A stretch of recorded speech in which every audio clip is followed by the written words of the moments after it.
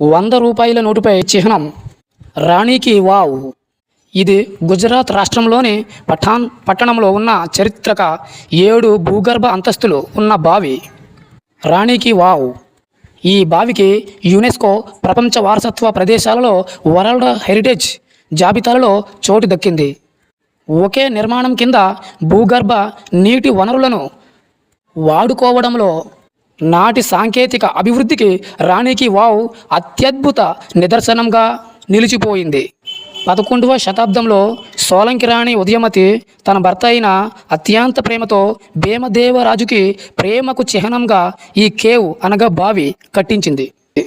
ఈనాటి ప్రభుత్వం దానిని వెలికి తీసి కరెన్సీ నోటుపై ముద్రించింది.